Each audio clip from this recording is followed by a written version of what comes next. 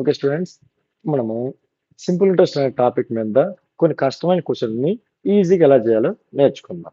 Okay, ఇప్పుడు కొన్ని questions ఎలా ఉంటాయంటే ప్రిన్సిపల్ ఇవ్వరు, జస్ట్ టైం ఇస్తారు. దాంట్లో రేట్ కనుక్కోవాలి అంతే. అక్కడ ఇంకేం ఉండదు, టైం మాత్రమే ఇస్తారు, రేట్ కనుక్కోవాలి. అది ఎలాగా? కానీ అక్కడ ఒక చిన్న రూల్ కూడా పెట్టుంటారు. ఆ రూల్ ఏంటంటే ఇప్పుడు మనకు కొంత ప్రిన్సిపల్ ప్రిన్సిపల్ ఇవ్వరు, జస్ట్ ప్రిన్సిపల్ ప్రిన్సిపల్ అనేది టైం ఒక 5 ఇయర్స్కి. టైం అంటే 5 ఇయర్సేగా, అంటే మీన్ టైం అంటే ఇయర్స్లో ఉంటుందిగా. అలాగా 5 ఇయర్స్ అని చెప్పాను, జస్ట్ ఎగ్జాంపుల్ మాత్రమే ఇది. నాట్ ష్యూర్, ఎందుకంటే ఒక్కో క్వశ్చన్లో ఒక్కో రకంగా ఉంటుంది కాబట్టి. అయితే రేట్ మాత్రం మనల్ని ఫైండ్ చేయమంటారు. కానీ అక్కడ రూల్ చెప్పా కదా, ఆ రూల్ ఏమిటంటే ఆ అమౌంట్ వచ్చేసి ఈ 5 ఇయర్స్లో ఒక 3 టైమ్స్, ఐ మీన్ ప్రిన్సిపల్కి 3 టైమ్స్ అయింది. అయితే రేట్ ఫైండ్ చేయండి అని అడుగుతారు. అంటే ప్రిన్సిపల్ అంతా ఇవ్వరు, టైం మాత్రమే ఇస్తారు, రేట్ కనుక్కోమంటారు. రూల్ ఏంటి?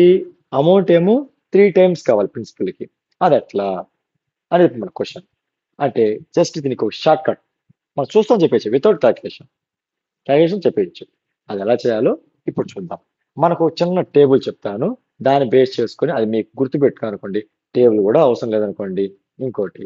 ఓకే, దాంతో జస్ట్ చిన్న క్యాలిక్యులేషన్, ఒక మల్టిప్లికేషన్ మాత్రం గుర్తుపెట్టుకుంటే వచ్చేస్తుంది. ఏమంటే టైంని రేట్ని మల్టిప్లై చేస్తే ఎన్ని హండ్రెడ్స్ అయితే వస్తాయో దాన్ని బేస్ చేసుకొని ఈ రేట్ ఉంటుందన్నమాట. Okay, for example time rate multiply చేస్తే 100 వచ్చింది అనుకోండి, అప్పుడు ఆ ప్రిన్సిపల్ కాస్త డబల్ అవుతుంది.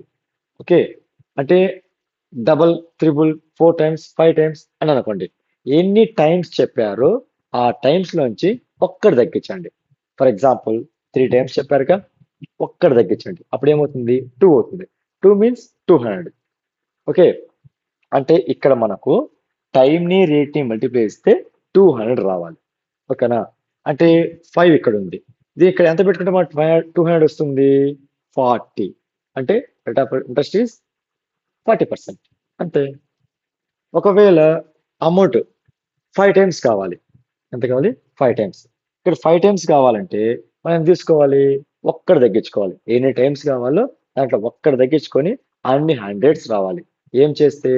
వాళ్ళు ఇచ్చిన టైంని మనకు కావాల్సిన రేట్ని మల్టిప్లై చేస్తే ఒక 1 తగ్గించేంత హండ్రెడ్స్ రావాలి.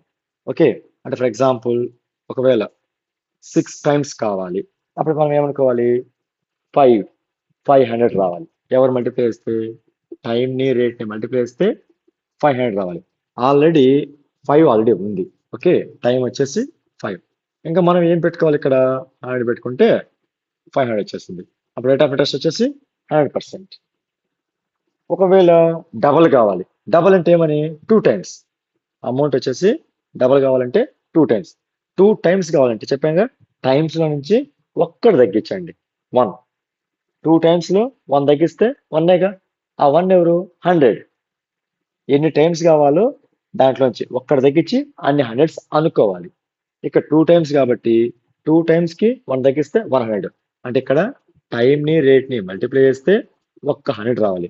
టైం ఆల్రెడీ 5 ఇయర్స్ ఉంది, ఇంకా మనకు ఏం పెడితే ఇక్కడ 100 వస్తుంది చూసుకోవాలి. సో 20, కాబట్టి 20%. అంతే, షార్ట్ కట్.